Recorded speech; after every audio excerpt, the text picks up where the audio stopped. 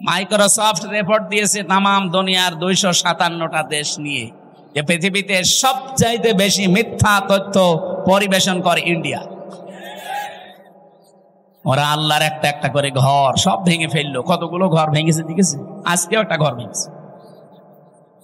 আমার মনে হয় আমার নিজের ঘর ভাঙলেও আমাদের মুসলমানের কাছে এত কষ্ট লাগতো না, আল্লাহর ঘর ভাঙলে আমাদের যত কষ্ট লাগছে। এই লোকটা বিবেক বহির্ভূত কাজ করছে। এজন্য কোরআনের কথা ছিল ওয়ায়াজালুর রিজসা আলাল্লাযিনা লা ইয়াকিলুন, যারা বিবেক বহির্ভূত কাজ করবে তার উপরে ভুল সিদ্ধান্ত চাপিয়ে দেবে কে? এজন্য আপনারা ওকে থামান, নয়তো টুকরা টুকরা হতে কিন্তু দেরি হবে না। এই কথা বলে না কেন? এই দুইটা দেশের কথা বলার পরে আমি একটা কথা বলতে চাই, যেহেতু সামনে এসেছে এই জন্য বলছি। বাংলাদেশে কালকের দিন পর একটা রায় আছে, দুইটা বিষয়ের রায় একদিনে হতে পারে, নিবন্ধন এবং একটা মাজলুম মানুষ জনাব এটিএম আজহারুল ইসলাম। আমার মনে হয় যারাই দায়িত্বে আছেন বিবেক বহির্ভূত কোনো কাজ করবেন না। যদি বিবেকের বাইরে যে কোনো কাজ করেন, রাগে হোক আর কারো ইশারায় হোক, ভুল সিদ্ধান্ত কিন্তু আল্লাহ চাপিয়ে দেবে, তখন আর সামাল দিতে পারবেন না। কারণ এই দেশের মানুষ অলরেডি তাদের দেওয়ালে পিঠ থেকে গেছে বারবার এই তারিখ পেছাতে পেছাতে। আর মামলার তারিখ পেছালে যে কেমন লাগে আমি তো এই 3 বছরে টের পেয়েছি। আমার মামলাটা কমপক্ষে 30 বার সিএমএম কোর্ট, জজ কোর্ট, হাইকোর্ট মিলে 30 বার উঠেছে। যেদিন ওঠে মনে করলাম যাক আজকে বের হতে পারবো, আর বিকাল বেলা সংবাদ আসেছে না হয়নি, আবার 1-1.5 মাস পেছিয়েছে। এই সময় যে কি কষ্ট লাগে, যারা জেলে থাকে তারা ছাড়া এ ওয়াজ করে বোঝানো যাবে। অথচ কয়বার ঘোলার এলে লোকটাকে বারবার ঘোরাচ্ছে, এমনকি 6 তারিখে ডেট দিয়ে এখন আবার ফের 8 তারিখে। আমার মনে হচ্ছে এরা যদি বিবেক বহির্ভূত কাজ এবার করে না, এবার সামাল এরা দিতে পারবে না। আমার কথা আমি সবাইকে জানাচ্ছি, আগামী 8 তারিখে কালকের দিন পর আমরা চাই এই মাজলুম মানুষটাকে নিঃশর্তভাবে খালাস করে দেওয়া। এই মাজলুম মানুষটা বেকার 13 বছর জেলে আছে। যে সমস্ত সাক্ষী, এগুলো পৃথিবীর 8ম আশ্চর্য বিষয়। 6.5 কিলোমিটার দূর থেকে নাকি সাক্ষী, 3 কিলোমিটার, এবার 2.5 কিলোমিটার। ওর চোখে কি শকুনে চোখ লাগানো ছিল, তাও তো সম্ভব না। এই জন্যে বাঙালিকে আর হাইকোর্ট দেখাবেন না, বিবেক বহির্ভূত কোনো কাজ যেন এ দেশে আর না হয়। আমি 318 পৃষ্ঠা পড়লাম এই 3 দিনে। যে নারী কমিশন যেটা জমা দিয়েছে, এর ভেতরে প্রায় কোরআনের 13টা আয়াতের ওরা ভুল ধরেছে। আরে 13টা আয়াত কেন, 13টা অক্ষরও তো বাদ দেওয়া কোরআন থেকে সম্ভব না। এই কথা বলেন না কেন?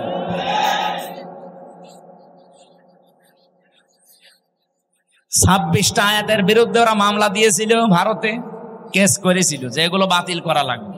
আর এরা অলরেডি 13টা আয়াতে হাত দিয়েছে। এদের পেছনে কোনো রাঘব বোয়াল আছে, অথবা এরা মানসিক বিকারগ্রস্ত মেয়াদ উত্তীর্ণ গাঁজা খেয়ে ফেলেছে।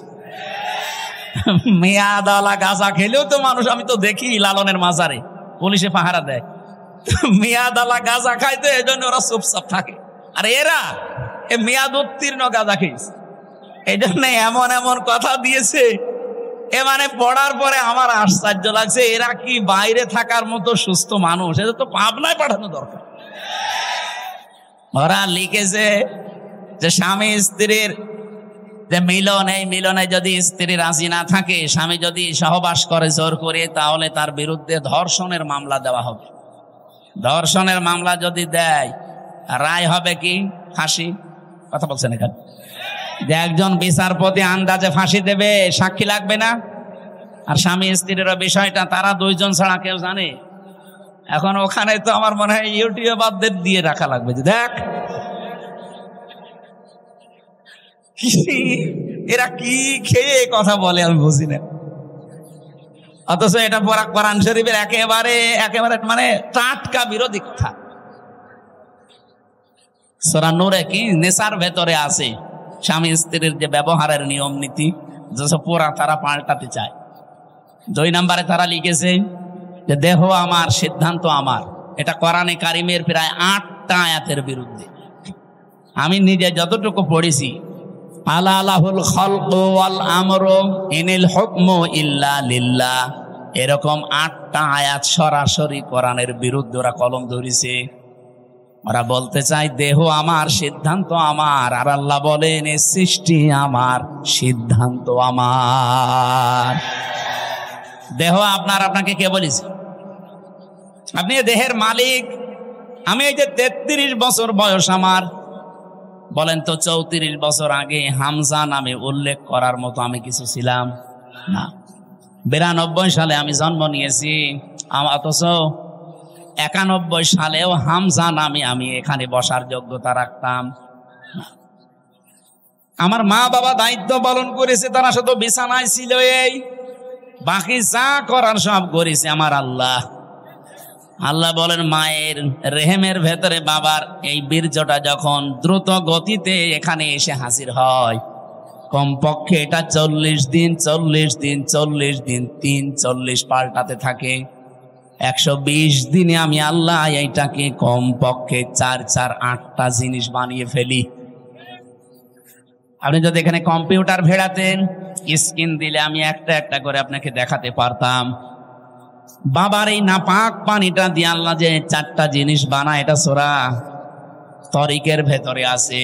ফালিয়ানসুরিল ইনসানু মিম্মা খুলিক, খুলিকা মিম্মা দাফিকি ইয়াখরুজু মিন বাইনিস সুলবি ওয়াত তারাইব। এক একটা শব্দ যদি ভেঙে ভেঙে আপনি অর্থ করেন, দেখবেন সুলবন 1 বচন দিয়েছেন, তারাইব দিয়েছেন বহু বচন। আমি এটা বাইবেল, কোরআন এবং সায়েন্স, ডক্টর মরিস বোকাইলের লেখা এই আয়াতের তাফসীর পড়তে গিয়ে উনি খুব সুন্দর করে বিজ্ঞানের ব্যাখ্যা দিয়েছেন। পড়ার পরে আমার মনে হচ্ছিল এতদিন আমি যেভাবে পড়েছিলাম, এটা পড়ি কোরআন শরীফ একেবারে হাতে কলমে জিবরাইল আমারে শেখাচ্ছে। বাবার এই নাপাক পানিটা যখন যেতে থাকে, বিজ্ঞান এখন দেখাচ্ছে কম্পিউটার দিয়ে কমপক্ষে 40,000 হামজা তৈরি হওয়ার ক্ষমতা রাখে 1 ফোঁটা বীর্য। মায়ের জরায়ুর যে দেওয়াল আছে, এখানে ধাক্কা লেগে হয়তো অনেকে পড়ে যায়, যেতে পারে না ওই রেহেম পর্যন্ত। হয়তো কারো 1টা যায়, 2টা যায়, 5টা যায়। এই পৃথিবীতে 13টা পর্যন্ত সন্তান জন্ম দিয়েছে এক মহিলা ক্যালিফোর্নিয়া। এর উপরে আর কেউ পারে নাই। বলেন তো 40,000 মানুষ একটা ফোঁটার ভেতরে আমার আল্লাহ লুকিয়ে রেখেছে। যদি মায়ের পেটে জায়গা থাকতো, আমার আল্লাহ 40,000 সন্তানই ওখান থেকে বের করত। আমি ওই দিন থেকে যে প্রতিযোগিতা আরম্ভ করেছি, আমাকে কেউ হারাতে পারে নাই। আমার নিজেরই ভাই বোন, কিন্তু 40,000-এর ভেতরে মাত্র আমি হামজা একা বেঁচেছিলাম। বাকি 39,999 জন সব ওই দেওয়ালের সাথে ধাক্কা লেগে মরে গেছে। আল্লাহ পাক ওখানে আমাকে নিয়ে প্রথম 40 দিনে সুম্মা খালাকনান নুতফাতা আলাকাতান ফাখালাকনাল আলাকাতা মুদগাতান ফাখালাকনাল মুদগাতা ইযামা ইলা আখিরি আয়াত সূরা মুমিনুনের ভেতরে আছে। আল্লাহ পাক বলেন আমি নিজে ওইটা দিয়ে 4টা জিনিস বানাই, চুল, রগ, হাড় আর পর্দা।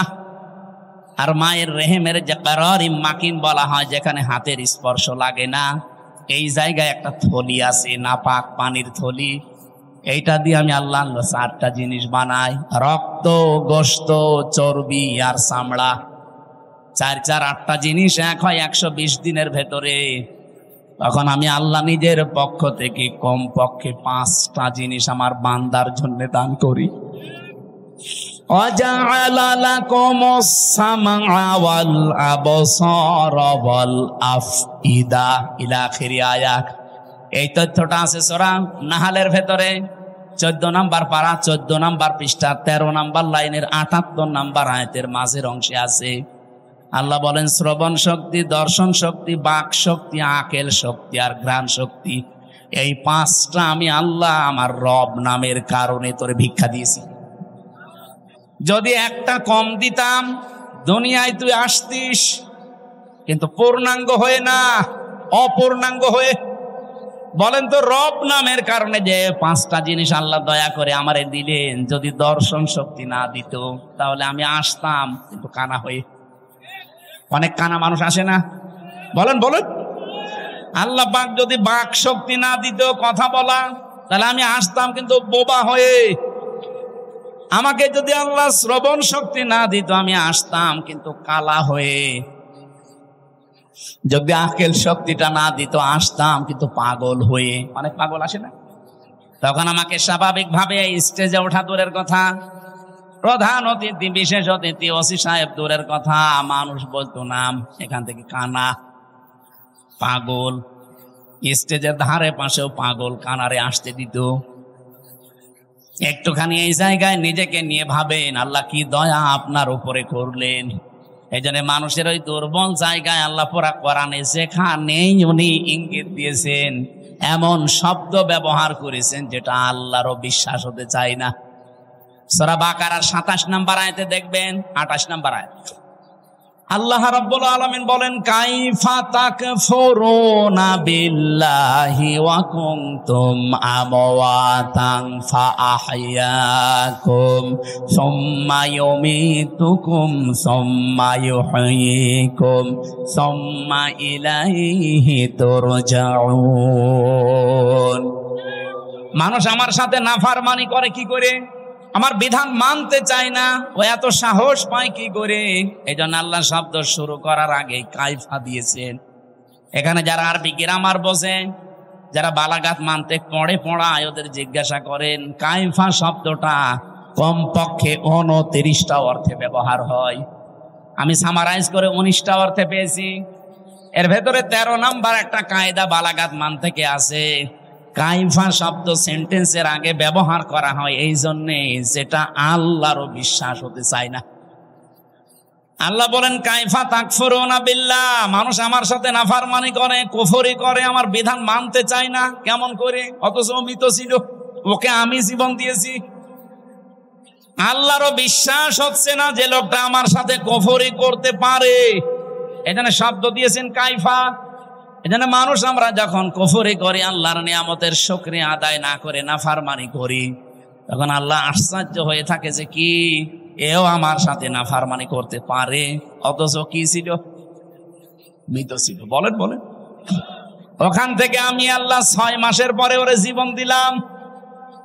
বিজ্ঞান এখন দেখাচ্ছে মানুষের মায়ের পেটে 6 মাসের আগে পর্যন্ত কিন্তু জীবন দেওয়া হয় না। এর আগে বিভিন্ন স্ট্রাকচার তৈরি করা হয়। 360টা হাড় দিয়েছেন আল্লাহ, জোড়া দিয়েছেন। 9768 প্রকার চামড়া দিয়েছেন শরীরে। এক এক জায়গার চামড়ার গুণাগুণ এক এক রকম। কমপক্ষে আপনার বিভিন্ন জায়গায় যে চামড়াগুলো আছে, চামড়ার সাথে এমন কিছু সেট করা আছে, এই যে শুধু এই চামড়াটুকুতে 153টা রগ দেওয়া আছে, রেখা। পৃথিবীর আজ পর্যন্ত কোন মানুষের এই জায়গাটা একজন আর একজনের সাথে মেলে নাই, কিয়ামতের আগে মিলবেও না। 153টা রেখা যদি কেটেও যায়, আমি আপনার দেখবেন ঠিক হয়ে যাবে। আমার এই জায়গাটাই ছোটবেলা একবার কাঁচ ঢুকে নষ্ট হয়ে গিয়েছিল। আমি পরে সাপ নিয়ে দেখেছিলাম যে না, ঠিক হচ্ছে না। কিছুদিন পরে দেখি আগেরটায় আবার ফিরে গেছে। তাহলে এইটা কিয়ামতের আগ পর্যন্ত আমার সাথে 153টা রেখার কারো মিলছে না, মিলবেও না। এর পেছনে একটা শক্তি কাজ করছে, তিনি কে? শুধুমাত্র জহব্বা বানিয়েছেন আল্লাহ। এই যে জহব্বা বলা হয় জিবা, বিজ্ঞান এখন এই জহব্বা নিয়ে গবেষণা করে জানিয়েছে এর ভেতরে কমপক্ষে 2 কোটি আস্বাদন স্তর আছে, স্বাদ নেওয়ার স্তর আছে। এই পৃথিবীতে যত বড় রেস্টুরেন্ট হোক, রেস্তোরাঁ হোক, হোটেল হোক, 2 কোটি খাবার রান্না হওয়ার কোন হোটেল আপনি পেয়েছেন? হ্যাঁ, আমি এই বয়সে আমার মনে হয় কতগুলো দেশ আমি ঘুরে আসলাম, পৃথিবীর কোন উন্নত দেশেও এত প্রকার খাবার আমি পাইনি। সর্বোচ্চ খাবার পেয়েছি 180 প্রকার। এই যে গাজীপুরের কাপাসে একটা হোটেল আছে নিরিবিলি, তোতামিয়া, ও খাবার রান্না করে 180 প্রকার পর্যন্ত খাবার ওর হোটেলে আমি পেয়েছি। একটা মাহফিল দিয়েছি, বললাম খাবার দেন তো, কি কি আছে দেখি। এটা কি? কাঁঠালের পাতা ভর্তা। কাঁঠালের পাতা ভর্তা বলে এও একটা তরকারি, আর এইটা বাঁশের পাতা ভর্তা। মানে সারা দুনিয়া কুড়িয়ে মাত্র 180 প্রকার, আর আমার দেহব্বার ভেতরে আল্লাহ স্বাদ নেওয়ার স্তর দিয়েছেন কত? 2 কোটি। কিয়ামত পর্যন্ত দিলেও তো এই স্বাদের স্তর শেষ হবে না। এই স্তরটা আল্লাহ দেয় কখন? বিজ্ঞান এখন জানাচ্ছে কমপক্ষে যখন 6 মাস হয়ে যায়, 6 মাসের পরে তখন আপনার ভেতরে আল্লাহর রুহু দেয়। এটা আল্লাহর সিদ্ধান্ত। রুহু কি? আল্লাহর হুকুম বা সিদ্ধান্ত। ওরা যে বলছে সিদ্ধান্ত আমার, দেহ আমার, আরে ভাই দেহ আপনার না, সিদ্ধান্ত আপনার না। এ দেহ বানিয়েছে ওই যে শুরু থেকে কে বলেন তো? আরো জোরে বলেন। মা বাবার কি দায়িত্ব ছিল? সূরা ওয়াকিয়ার ভেতরে আছে, ওরা শুধু বিছানায় ছিল, এই শেষ। বাকি যা করছে ওখান থেকে, সেই বীর্য থেকে হামজা পর্যন্ত কে? 6 মাস পরে যখন ক্ষুধার উদ্রেক দেখা দেয়, আল্লাহ পাক তখন নিজে খাবার সরবরাহ করার জন্য, তার যে রাজ্জাক নামটা আছে, ওই রাজ্জাক নামের কারণে দুনিয়ার কোনো খাবার দিলে তো আপনি হজম করতে পারবেন না, কারণ আপনার দাঁত নেই। আছে এই জন্য মায়ের মাসিক অসুখ বন্ধ করে দিয়ে ওই নাপাক রক্তটা আল্লাহ মুখ দিয়ে দেয় না, নাভির ভেতর দিয়ে পাস করে আমাকে বাঁচিয়ে রাখে। নবীজি বলেন আল্লাহ মুখ দিয়ে না দিয়ে নাভি দিয়ে দিয়েছে কেন জানো? পৃথিবীতে আল্লাহর বান্দারা এসে যেন এই মুখ দিয়ে কোনো নাপাক জিনিস ভেতরে না দেয়।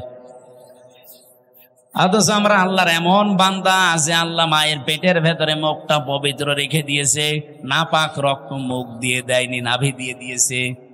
অথচ এসে এখানে কত মানুষ এই মুখে নাপাক জিনিস দেয়। বলেন তো, সুদের টাকা আর ঘুষের টাকা এটা পাক না নাপাক? এখানে কত মানুষ বসে আছে, টাকা ছেড়ে রাখে আর টাকা আসে। এটা কি বলে না? এটা আর একটা নাম আছে। বলেন তো, যে 1000 টাকা যারা ছেড়ে দিয়েছেন, মাসে মাসে 100 টাকা 200 টাকা করে বেশি দেয়, এই কাজে যারা আছেন এই টাকাটা পান, এটা কি নাপাক? নাপাক। যারা এগুলো করছেন তাদের ছেড়ে দেওয়া লাগবে, নয়তো আপনি নবীর হাদিস অনুযায়ী মায়ের সাথে জিনা করছেন। কারা কারা এই কাজে আছেন হাত তোলেন তো। এই এলাকা তো ভালো মনে হচ্ছে, আলহামদুলিল্লাহ। তাহলে ওসি সাহেবের কাছে অনেক নালিশ যায় না মনে হয়? এলাকা অনেক ভালো, একটা লোকও নেই। যারা এই যে নাপাক জিনিসগুলোর ভেতরে অন্যতম আর একটা এলাকায় চলে কিনা আমি জানি না, বিড়ি আছে। এটা সে জানে যে আমার বান্দা এই নাপাক জিনিস আমি মুখ দিয়ে দিলে এই মুখটা নাপাক করে ফেলবে। আমি চাই এটা পবিত্র থাক দুনিয়ায়, যে আমি আল্লাহর পবিত্র নাম যেন উচ্চারণ করে। সুবহানাল্লাহ বলতে পারেন না? 6 মাসের পরে যখন রুহু এসে গেছে, খাবারের উদ্রেক দেখা দেয়। আল্লাহ পাক বলেন খাবার তো এভাবে চলতে থাকে, আস্তে আস্তে আমি আল্লাহ নিজে তখন আকৃতি বানাই। ওয়াল্লাযী ইউসাউবিরুকুম ফিল আরহামি কাইফা ইয়াশা ইলা আখিরি আয়াত। সূরা আলে ইমরান 3 নাম্বার পারা, এটা 9 নাম্বার পৃষ্ঠা, 6 নাম্বার লাইনের 6 নাম্বার আয়াতের প্রথম অংশে আছে। আল্লাহ বলেন তিনি সে আল্লাহ যিনি মায়ের পেটের ভেতরে তোমাদের আকৃতি তৈরি করেন। তোমার যে আকার আকৃতি এটা পৃথিবীর কেউ বানায়নি, এটা আমার আল্লাহর নিজের সিদ্ধান্তে তৈরি হয়েছে।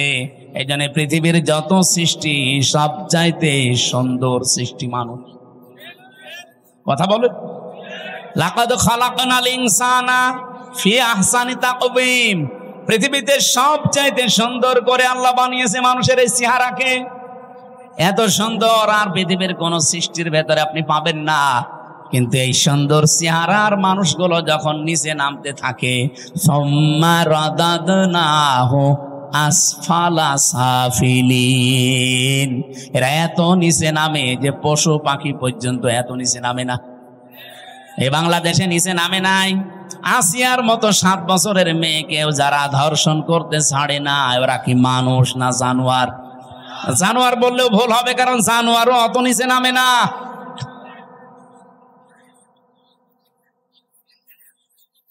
কোরআনে কারিমের সূরা এটা বানি ইসরাইলের ৭০ নম্বর আয়াতের প্রথম অংশে আছে, ১৫ নম্বর পারা ৮ নম্বর পৃষ্ঠার প্রথম নাম্বার লাইনে আছে। এটা আমি শিক্ষা দেওয়ার জন্য বলছি। ওয়ালাকাদ কাররামনা বানি আদম, আল্লাহ পাক বলেন বনি আদম সন্তানকে আমি আল্লাহ সম্মানিত করেছি। কে? আরো জোরে। বনি আদম সন্তান হলেই হবে, সে কোন ধর্ম মানে ওটা তার ব্যাপার, কিন্তু বনি আদম সন্তানকে আমি সম্মান দিয়েছি। আল্লাহ এখানে বলেন না যে আমি মুসলমান সন্তানকে সম্মান দিয়েছি, না।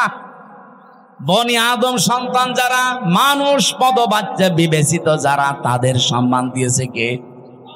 কিন্তু দুঃখজনক হলেও সত্য, এই বাংলাদেশে এই সম্মানিত সৃষ্টি মানুষের সম্মান নিয়ে সবচাইতে বেশি সিনিমিনি খেলা হয়েছে। ৫৪ বছর তো বটেই, ১৫.৫ বছর আরো বেশি। আমরা চাই আগামীতে এই সম্মানিত সৃষ্টি আল্লাহ যাদের সম্মান দিলেন, এই বনি আদম সন্তানের সম্মান নিয়ে কেউ যেন সিনিমিনি খেলতে না পারে। আমার কথার অর্থ আপনি বুঝেছেন? আপনি না বুঝলেও এরা বুঝেছে। আগামীতে কেউ যেন এদের সম্মান নিয়ে সিনিমিনি খেলতে না পারে, সেই ব্যবস্থা করা লাগবে। যারা এই ব্যবস্থা ভেঙে দিয়েছিলেন, ওইটা আবার জোড়াতালি দেওয়া লাগবে। আল্লাহর কথা তো অনেক ওজন, আপনি টের পাননি, আমি অনেক ভেতরে চলে গেছি। এই সম্মানিত সৃষ্টির সম্মান আমরা চাই, এদের শান্তি, স্বস্তি, নিরাপত্তা, কল্যাণ আমার আল্লাহর পক্ষ থেকে। যে মানুষগুলো তাদের ঈমানের সাথে শিরিক এবং জুলুম মিশ্রণ করবে না, তাদের জন্যে। জুলুমকে, যেই জিনিস যেখানে রাখা দরকার ওইটা ওই জায়গায় না রেখে অন্য জায়গায় রাখার নাম জুলুম। এই যে মাথার এই টুপিটা থাকা দরকার মাথায়, এটা যদি কেউ পায়ের কাছে রাখে, টুপির সাথে জুলুম। এই কথা বলছেন না কেন? আমার স্যান্ডেল আমি পেছনে রেখে দিয়েছি, এটা থাকার দরকার পায়ের কাছে, এটা যদি আমি মাথায় নিয়ে বসে থাকি, এটা এই স্যান্ডেলের উপরে জুলুম। কারণ যেখানে যার স্থান ওইটা ওই জায়গায় রাখা লাগবে। আল্লাহ পাক এই কোরআনকে পাঠিয়েছেন এই পৃথিবীর ময়দানে সবচাইতে উঁচু জায়গায় রাখার জন্য। আর বাংলাদেশে সবচাইতে উঁচু জায়গা এখন সংসদ। এক কথা বলছেন, আমরা চাই এই কোরআন সংসদে যাক। অধ্যাপক মুজিবুর রহমানের মতো মাত্র ৩০০ এমপির ১৫১ জন যদি সামনে এই নির্বাচনে কোরআন বুকে নিয়ে যেতে পারে, এটা উপরে উঠে যাবে। কি এই কথা বলে না কেন? ৩০০ জন লাগবে না, মাত্র ১৫১ জন অধ্যাপক মুজিবুর রহমান আমরা চাই, যারা কোরআন বুকে নিয়ে যেতে পারবে। আর সংসদের প্রথম অধিবেশনে তারা বিল আনবে। মাননীয় স্পিকার, আমরা নামাজের আর যাকাতের বিল চাই। উনি যখন বলবে হাত তোলেন, ১৫১ জন যদি হাত তুলে ফেলে, ওই দিন নামাজটা কায়েম হয়ে যাবে দেশে, যাকাতটা সরকারি ভাবে কায়েম হয়ে যাবে। তখন আর নামাজের ওয়াজ, যাকাতের ওয়াজ করা লাগবে না। ভালো কাজগুলো সব আইন পাশের মাধ্যমে চালু হয়ে যাবে। অন্যায় কাজ, অবৈধ কাজ সব আইন পাশ করে বন্ধ করে দেওয়া হবে। সূরা হজের এই ৪০-৪১ নাম্বার আয়াতে ৪টা কর্মসূচি আছে। আমরা চাই মানুষের শান্তি, স্বস্তি, নিরাপত্তা, জুলুম থেকে বাঁচার জন্য এই ৪টা কাজ রাষ্ট্রীয়ভাবে জারি হোক। ৫৪ বছরে যারা গেছে জারি করে নাই, এবার যারা যাবে তারা যেন করে, সেই ব্যবস্থা করে দেওয়ার দায়িত্ব ফেরেশতাদের। কাদের? বলেন বলেন। আমি যে আয়াতের শেষ অংশ পড়েছিলাম এই সংক্রান্তই আমি এসেছি এবার জায়গা মতো। আল্লাহ পাক বলেন, কাবুর আলাল মুশরিকিনা মা তাদউহুম ইলাই। আমি এই কমিশনের এটা বাদ দিয়ে দিলাম। আমি একটা শিক্ষা দিতে চেয়েছিলাম, আমার মনে হয় আপনারা বুঝে ফেলেছেন যে দেহ আমার, সিদ্ধান্ত আমার, এটা আল্লাহর সাথে শিরিক। কারণ দেহ আমার না, সিদ্ধান্ত আমার না। দেহ আল্লাহ বানিয়েছে, সিদ্ধান্ত তার। ওটা সূরা আরাফের ৫৪ নম্বর আয়াতের মাঝের অংশে আছে, আপনি বাড়ি যেয়ে তাফসীরে দেখে নিন। আমার আয়াত হচ্ছে সূরা শূরা, সূরা শূরার ১৩ নম্বর আয়াতের শেষের অংশ। আমরা যদি সত্যি এই দেশে 151 জনকে সংসদে পাঠাতে চাই যারা বুকে কোরআন নিয়ে প্রবেশ করবে, এই কথা শুনলে সবচাইতে বেশি রাগ করবে মুশরিকরা। এই জন্য কাবুর আলাল মুশরিকিনা মা তাদউহুম ইলাই। হে নবী, আপনি যেদিকে ডাকতেছেন মানুষকে, যান আকিমুদ্দিন, যেটা অধ্যাপক সাহেব পড়ছিলেন, নামাজের মতো, রোজার মতো, যাকাত দেওয়ার মতোই ফরজ হচ্ছে আল্লাহর এই জমিনে আল্লাহর বিধানটা কায়েম করা। এই পৃথিবীতে যত নবী আল্লাহ পাঠিয়েছেন, শুধু 2 জন নবী বাদ দিয়ে প্রত্যেক নবীর উপরে তাদের আসল মিশন আর ভিশন ছিল এটা, আনাকিমুদ্দিন ওয়ালা তাতাফাররাকু ফি, দিন কায়েম করো, কোনো ফতোয়াবাজি করবা না। এই বাংলাদেশে এরকম একটা পরিবেশ তৈরি হচ্ছে, দল মত জাতি বর্ণ ধর্ম নির্বিশেষে সবাই গোবিন্দ পরামানিকের মতো মানুষ বলছে এই দেশে ইসলাম কায়েম হলে আমরা সবচাইতে নিরাপদে থাকতে পারবো। আর আপনি কি বলছেন? কি সে একটা হিন্দু মানুষ যদি কথা বলতে পারে? সেদিন গাইবান্ধায় হিন্দু এক পুরোহিত, আপনারা দেখেছেন, আমিরে জামাতের আগে বক্তব্য দেওয়ার সময় বলেছে এই দেশে যদি ইসলাম যায় ক্ষমতায়, এদেশের অন্যান্য ধর্মের মানুষেরা সবচাইতে বেশি নিরাপত্তায় থাকতে পারবে। তারা অলরেডি এখন বুঝে ফেলছে।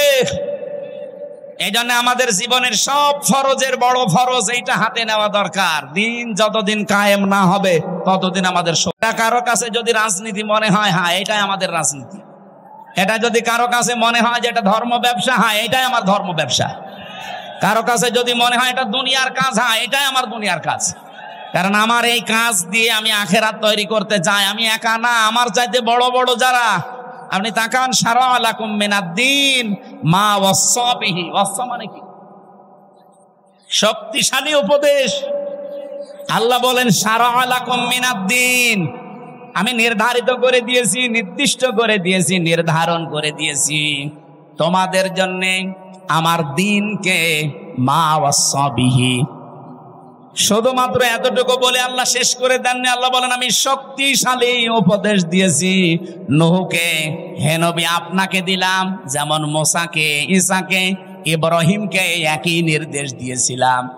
আমি আয়াতের তাফসীর পড়তে গিয়ে দেখেছি এই পৃথিবীতে যত নবীকে আল্লাহ পাঠিয়েছিলেন, এক একজন নবীর শরীয়ত ছিল আলাদা আলাদা, কিন্তু দ্বীন ছিল এক। আমার কথা বোঝেন? পৃথিবীর যত নবীকে আল্লাহ পাঠালেন প্রত্যেকটি নবীর দ্বীন ছিল এক, কিন্তু শরীয়ত আলাদা আলাদা। এটা বোঝাতে গিয়ে আমি তাফসীরে একটা উদাহরণ পেয়েছি। এই এদিকে তাকান, একজন বাড়িওয়ালা 5 জন কর্মচারী রেখেছে, এক একটা কর্মচারীর কাজ আলাদা আলাদা। মালিক কয়জন? আরো জোরে। কিন্তু কাজ যাদেরকে 5টা কর্মচারী আলাদা আলাদা দিয়েছে, প্রত্যেকটা অর্ডারের উপরে মালিকের যেহেতু হুকুম আছে, প্রত্যেকটা হুকুমের দাম আছে না নেই? তারা তো প্রত্যেকেই মালিকের কর্মচারী, কাজ এক একজনকে এক একটা ভাগ করে দিয়েছে। কেউ বাজার করবে, কেউ বাড়ি ঘর ঝাড়ু দেবে, কেউ দারোয়ানিতে করবে। আল্লাহ পাক বলেন আমি মালিক, আমি দিন একটাই পাঠিয়েছি, কিন্তু এক এক নবীর শরীয়তে জীবন বিধানের ভেতরে আলাদা আলাদা নিয়ম দিয়েছিলাম।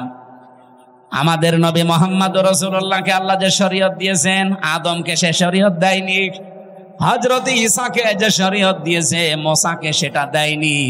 কিন্তু লক্ষণীয় বিষয় একটা, যত নবী এসেছে দিন সবার কিন্তু এক ছিল, আর সবাইকে আল্লাহ নির্দেশ দিয়েছে আনাকিমুদ্দিন, দিন কায়েম করো। তাফসীরে আমি 2টা জিনিস এখান থেকে আরো ফলো করে পেয়েছি। এইদিকে তাকান, দিন যতদিন পর্যন্ত কায়েম না হবে তোমার ব্যক্তি, পরিবার, সমাজ, রাষ্ট্র, এলাকায়, আবার শুনুন, দিন যতদিন কায়েম না হবে তোমার এলাকায়, তোমার ব্যক্তিতে, পরিবারে, সমাজে, রাষ্ট্রে, যতদিন পূর্ণাঙ্গ দিন কায়েম করার সম্ভব হবে না, ততদিন পর্যন্ত যতটুকু দিন আছে অতটুকুই টিকিয়ে রাখার জন্য চেষ্টা করা লাগবে। না আমি বোঝাতে পারিনি, এটা একটু কঠিন। দিন এখনো বাংলাদেশে যেহেতু কোরআনের 500 আইন আছে, একটাও কায়েম নেই। আছে, হ্যাঁ কিছু কিছু আছে হালকা। এই যে পারিবারিক আইন, যেটা বিবাহ শাদী, এটা ইসলাম দেখেই হয়। আমাদের জমি জায়গা বন্টন, এটা ইসলাম দেখেই হয়। এক কথা বলছেন এখানে, নাকি অন্য কোন নিয়ম নীতি মেনে করি আমরা? হ্যাঁ, সে ব্যক্তিগত কিছু মানুষ আলাদা আলাদা করতে পারে, সেটা আলাদা, কিন্তু আমরা অধিকাংশ মানুষ অন্তত পারিবারিক জীবনী আইনগুলো এখনো আছে। তাহলে যতদিন পর্যন্ত পূর্ণাঙ্গ দিন এই দেশে কায়েম না হবে, ততদিন পর্যন্ত অন্তত যতটুকু দিন আছে এইটাকেই টিকিয়ে রাখার জন্য চেষ্টা করা লাগবে। এখন সেইটাও যদি হাত ছাড়া হয়ে যায়, ওরা যে 318 পৃষ্ঠার রিপোর্ট দিয়েছে, পুরাটা পড়ে আমি নিজের এই ছোট মাথায় পেয়েছি প্রায় 13টা কোরআনের আয়াত ওরা পাল্টিয়ে ফেলেছি। এগুলো মানলে নাকি অবিচার হবে, বৈষম্য হবে। ইসলাম মানলে যদি বৈষম্য হয়, তাহলে কোন ধর্ম মানলে বৈষম্য দূর হবে বলেন তো দেখি? পৃথিবীর অন্যান্য ধর্মের কিতাবগুলো একটু টাচ করেন। ইহুদিদের ধর্ম আছে, খ্রিস্টানদের ধর্ম আছে, এই মুশরিকদের ধর্ম আছে, বৌদ্ধদের ধর্ম আছে। এদের ধর্মীয় গ্রন্থগুলো যতটুকু পারেন পড়েন। আমি বিশ্ববিদ্যালয়ে থাকাকালীন একটু টাচ পেয়েছিলাম, ওরা সবগুলো জায়গায় বৈষম্যের শিকার করে আছে। ওদের মেয়েদেরকে বিবাহের সময় যা দিয়ে দেয় ওইটাই শেষ, অথচ বিবাহের সময় মেয়েদের বাড়িতে, এদিকে তাকান, বিবাহের সময় মেয়ের বাড়িতে মেয়ের বাবার কাছ থেকে ছেলে পক্ষের লোক যদি একটা পানও তার সন্তুষ্টি ছাড়া খায়, এইটাও পায়খানা খাওয়ার মতো হারাম। যেটা আমরা এই যে বরযাত্রী বলে চালিয়ে দেই, কোথায় পেয়েছেন ভণ্ডামি? এটা হিন্দুদের থেকে এসেছে এই বরযাত্রীর নিয়ম। মুসলমানদের বিয়েতে কোনো বরযাত্রী যাবে না, মুসলমানদের বিয়েতে হবে অলিমা। আর অলিমা কি ছেলের বাড়ি হয় না মেয়ের বাড়ি? হ্যাঁ, ছেলের বাড়ি। এলাকায় কি বরযাত্রী যাওয়ার সিস্টেম আছে? এটা বন্ধ করা লাগবে। কোন বাড়িতে এখন আর বরযাত্রী যাওয়া যাবে না, কারণ মেয়েদের সম্মান মর্যাদা নবীজি নিজে এত বাড়িয়ে দিয়েছেন। বিশ্বনবী যতগুলো বিয়ে করেছিলেন তার চারটা মেয়ে তিনি বিয়ে দিয়েছেন, একটাকেও তিনি বরযাত্রী খাওয়াননি। উনি করেছেন নিজে অলিমা, জামাইদেরকেও করিয়েছেন অলিমা। সুতরাং আজকে থেকে তওবা করেন, আমরা বরযাত্রীর দাওয়াত পেলে আর যাব। আমার সাথে একটা ছেলে থাকে, বলছে হুজুর এই ওয়াজ আর 2 দিন পরে করবেন, আমার বিয়েটা হয়ে যাক।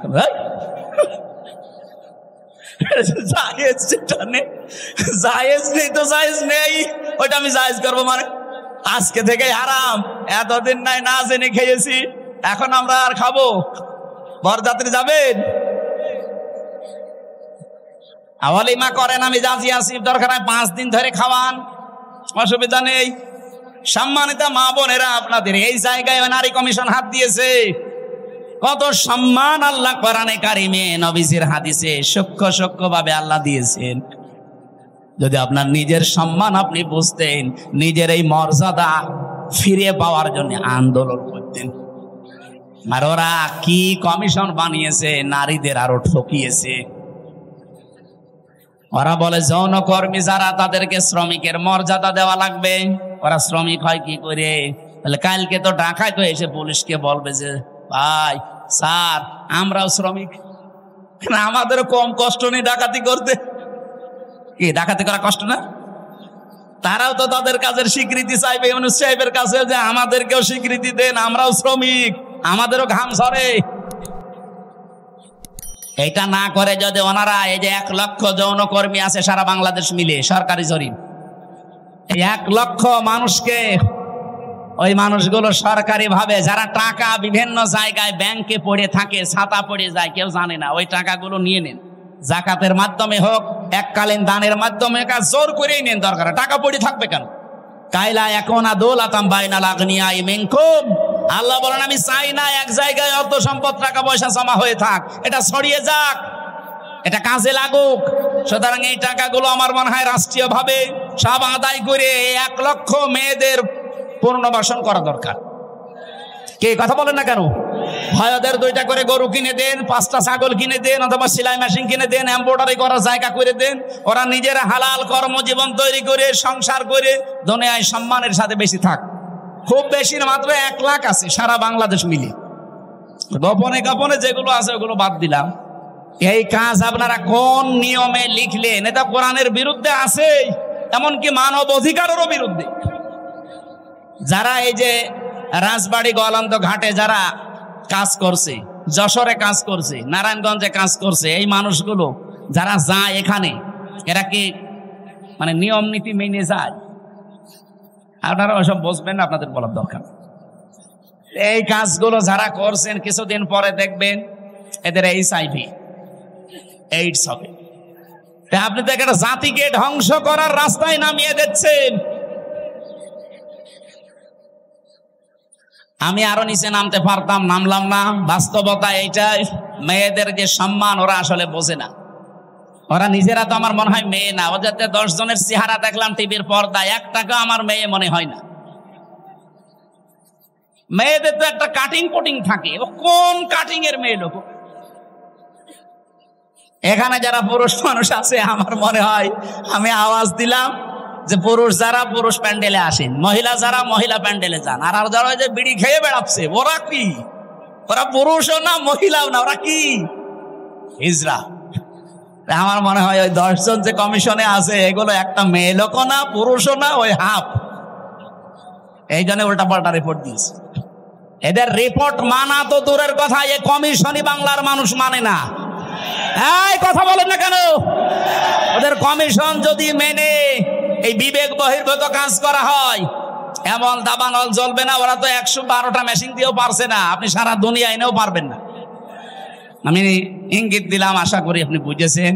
এরকম কোন বিবেক বহির্ভূত কাজ এই দেশে আমরা কেউ করব না, সাপোর্টও করব না। তাহলে ভুল সিদ্ধান্ত আল্লাহ নিজে চাপিয়ে দেবে, তখন কন্ট্রোলের বাইরে চলে যাবে। আল্লাহ আমাদের হেফাজত করুন। তা আমরা বলছিলাম দিন যতটুকু আছে এতটুকু টিকিয়ে রাখা লাগবে। এইটাও একটা আনাকিমুদ্দিন, পূর্ণাঙ্গ যতদিন কায়েম না হয়। যেহেতু এই দেশে এখনো অলিমার সিস্টেম নেই, না আছে আছে কিছু কিছু জায়গায়। স্যার আপনি কি অলিমা করেন? এনে একজন করি, এ স্যারে অনেক করি, অনেক বর যাত্রী দান্দায় আছে। আমিও তো ওনার মতো, আমি বেশি মানুষ নেইনি, মাত্র 7-8 জন নিয়েছি। শ্বশুরকে বলেছি দরকার 170 জন খাওয়িয়ে দেবো। এই সময় তো বুঝতাম না। না, আমরা এখন যেহেতু বুঝে ফেলেছি এই সিস্টেম, এখন মেয়ের বাপের উপরে জুলুম বন্ধ করা লাগবে। এখন থেকে আমার অলিমা শুরু হবে। বরযাত্রী খাওয়া কি জায়েজ নেই। মেয়ের বাবা খাওয়াতে, কোন মেয়ের বাবা এমন পাগল আছে যে আপনার মতো 500 পাগলকে খাওয়াবে? আমি বারবার এই কথা বলছি কেন? আমার মেয়ে 3টা, আমার বাঁচা লাগবে না। না, একটু ট্রেনে করলাম, অন্তত যাদের ছেলে আছে তারা এখন বুঝে মরুক, আমি তো বেঁচে যাব। মেয়ের বাবার অনেক সম্মান। নবীজি বলেন কেউ মেয়ের বাবাকে ছোট চোখে দেখবা না, মেয়ের বাবাকে খারাপ কথাও বলবা না, কারণ আমি নবী মুহাম্মদ রাসূলুল্লাহ নিজে মেয়েদের বাবা। সুবহানাল্লাহ বলতে পারেন না? কোন ঘরে যদি একটা মেয়ে লোক আসে, সঙ্গে সঙ্গে 4 জন ফেরেশতা চলে আসে। কোন পরিবারে একটা ছেলে এসেছে, সঙ্গে সঙ্গে একটা ফেরেশতা আসবে, কথাও নেই। আর 4 জন রহমতের ফেরেশতা এসে মেয়েটার মাথায় হাত বলিয়ে বলে, এটা দুর্বল দেহ থেকে এসেছে। এই মেয়েটাকে যারা আদর ভালোবাসা স্নেহ দেবে, দিন শেখাবে, একাজে খাওয়াবে, পড়াবে, প্রতিপালন করে সৎ পাত্র দেখে পাত্রস্থ করবে। কিয়ামতের দিন আমি নবী আর ওই মেয়ের গার্জিয়ান এইভাবে পাশাপাশি জান্নাতে থাকবো। কোন ছেলের ব্যাপারে এমন কথা হাদিসে আছে নেই। এই জন্য মেয়ে হলে যারা রাগ করেন, মন খারাপ করেন, করবেন না ভাই। আমি নিজে সহ যাদের মেয়ে আছে, আমরা খুশি হব যে আল্লাহ আমাকে দয়া করে জান্নাতের অধিকারী বানিয়েছেন। বলেন সুবহানাল্লাহ। বিশ্বনবী জানিয়েছেন, যার একটা মেয়ে তার একটা জান্নাত, যার 2টা মেয়ে তার 2টা জান্নাত, যার 3টা মেয়ে আল্লাহ তাকে 3টা জান্নাতের অধিকারী বানিয়ে দিয়েছেন। আল্লাহ আমাদের মেয়ে যাদেরকে দিয়েছেন, এই মেয়েগুলো যেন জান্নাতে যাওয়ার মাধ্যম হয়। বলেন আমিন। কিন্তু শর্ত কয়টা? প্রথমে তাকে ভালোবাসা লাগবে, 2 নম্বরে তাকে খাবার দাবারের যে ব্যবস্থা, তার পেছনে খরচের যে ব্যবস্থা, এটা করা লাগবে। 3 নম্বরে তাকে দিন শেখানো লাগবে, এই পরিমাণ যতটুকু করতে পারলে সে চলতে পারে। 4 নম্বরে তাকে সৎ পাত্র দেখে পাত্রস্থ করা লাগবে। এই 4টা কাজ যদি কোনো মেয়ের গার্জিয়ান, বাবা হোক বড় ভাই হোক, এরা যদি করতে পারে কিয়ামতের দিন, নবীজি বলেন আমি নিজে পাশাপাশি তাকে জান্নাতে ডেকে নেব, এবং যেই দিন থেকে মেয়ে ওর বাড়িতে আসবে ওই দিন থেকে কিয়ামত পর্যন্ত আল্লাহর রহমত তার সাথে থাকবে। নবীজি কিন্তু দুনিয়া পর্যন্ত শেষ করেননি যে রহমত শুধু দুনিয়ায় পাবে, ইলা ইয়াউমিল কিয়ামাহ। এই মেয়ে যেই দিন ওর বাড়িতে এসেছে ওই দিন থেকে আল্লাহর রহমতের একটা দৃষ্টি তার উপরে থাকবে, ওই দিন থেকে কিয়ামত পর্যন্ত আল্লাহর দয়া ওই গার্জিয়ানের উপরে থাকবে। আল্লাহ সেই দয়ার ভেতরে আমাদেরকেও শামিল করেন, বলেন আমিন। যে কথা তুলেছিলাম, যেহেতু দিন এখনো পরিপূর্ণ কায়েম নেই, যতটুকু আছে এগুলো টিকিয়ে রাখার জন্য 5 ওয়াক্ত নামাজ কায়েম নেই রাষ্ট্রে। আমরা নিজেরা অন্তত যারা পড়ি না, আরম্ভ করেন ব্যক্তিগত জীবনে, পারিবারিক জীবন পর্যন্ত একটু ঠিক করেন। ওয়ামুর আহলাকা বিসসালাতি ওয়াসতাবির আলাইহা লা নাসআলুকা রিজকা নাহনু নারযুকুকা ওয়াল আকিবাতু লিত্তাকওয়া। সূরা তাহার 132 নম্বর আয়াতে আছে, হে নবী নিজে নামাজ পড়েন, যেহেতু এখনো কায়েম করতে পারেননি নিজে নামাজ পড়েন। পরিবারস্থ লোক যারা আছে তাদেরকেও নামাজের তাকিদ দেন। আমি আল্লাহ আপনার কাছে রিজিক চাই না, বরং আমি আল্লাহ আপনাকে রিজিক দেই, আর শুভ পরিণাম অপেক্ষা করছে আমার মুত্তাকি বান্দাদের জন্য। এখানে দিন যেহেতু এখন আমরা কায়েম করতে পারি না, এবার পূর্ণাঙ্গ ভাবে যতটুকু আছে এতটুকু টিকিয়ে রাখার চেষ্টা করা ফরজ। আর এই কথাগুলো বললে সব চাইতে মন খারাপ হবে, খারাপ লাগবে যারা শিরিক করে বেড়ায়, যাদের ইমানের ভেতরে শিরিক আছে, যারা মুশরিক তারা। আল্লাহ পাক বলেন, আল্লাহু ইয়াজতাবি ইলাইহি মাইয়াশা। আল্লাহর দিন আল্লাহর জমিনে কায়েম করার জন্য সবাইকে আল্লাহ নির্বাচিত করবে না, আল্লাহ সবাইকে পছন্দ করবে না, সবাইকে আল্লাহ বাছাইও করবে না। ইয়াজতাবি শব্দের শাব্দিক অর্থ হচ্ছে নির্বাচিত করা, বাছাই করা, নির্ধারণ করা, পছন্দ করা।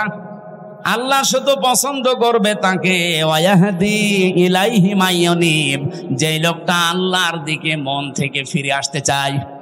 সুতরাং আজকে থেকে আপনি আল্লাহর বিধানের দিকে মন থেকে ফিরে আসার চেষ্টা করেন, আপনাকেও আল্লাহ দিন কায়েমের কর্মী বানিয়ে দেবে ইনশাআল্লাহ।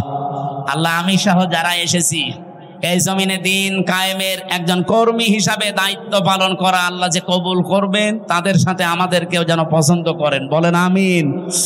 আরো জোরে বলছি আমিন। মেয়েরা যারা এসেছেন, সম্মানিত মা বোনেরা, জেলে থাকা অবস্থায় আমি কয়েকটা বই লিখেছিলাম মেয়েদের ওপরে। তার ভেতরে একটা আছে এই যে এটা, দাম্পত্য জীবনের সমস্যা এবং তার সমাধান কি হবে। কারণ এই 3 বছরে আমি একটা জিনিস পেয়েছি, 100 জনের প্রায় 70 জন জেল খাটতেছে তার বর কারণে। হয় যৌতুকের মামলা, অথবা এই যে নারী নির্যাতনের মামলা, যে কোনো, আমার মনে হয় সাতদের কাছে এরকম মামলায় বেশি যায়। হয় জমি জায়গা নাই মেয়ে। এই বইটা নিজের বউকে পড়াবেন, মেয়েকে পড়াবেন, 120 পৃষ্ঠা আছে। দাম্পত্য জীবনের কলহ এবং তার সমাধান এই বইটার ভেতরে পাবেন। আর একটা আছে শুধুমাত্র পুরুষের জন্য, পুরুষ মানুষ সংসারে কি কি কাজ করবে দাম্পত্য জীবনে, এটাও একটু নিয়েছেন যদি থাকে। আর একটা আদর্শ নারী আছে, মেয়েদের আদর্শ কোন কোন মহিলা হবে। এই যে যারা কমিশন বানিয়েছে এরা আপনার আদর্শ না, কারা হবে এর ভেতরে 6 জনের জীবনী দেওয়া আছে। আর এটা সৃষ্টি জগৎ নিয়ে লেখা, আমি যেভাবে তথ্য দিচ্ছিলাম এখান থেকে দিয়েছি। এটা শুধু শিক্ষিত মানুষদের জন্য। গাড়িতে পাওয়া যাবে, যাওয়ার সময় নিয়েছেন, স্যারকে দিয়ে দিন। আমি আমি আমি আজকের মতো আর পারছি না, আজকের মতো শেষ করে দিলাম। আল্লাহুম্মা আমিন। লা ইলাহা ইল্লা আনতা সুবহানাকা ইন্নী কুনতু মিনাজ জালিমিন। লা হাওলা ওয়ালা কুওয়াতা ইল্লা বিল্লাহিল আলিয়্যিল আযীম। রব্বুল আলামিন, রাত 11:30 বাজতেছে, গভীর রজনী, সামনে আমাদের তাহাজ্জুদের নামাজ, ফজর নামাজ, সকালে কর্মজীবন।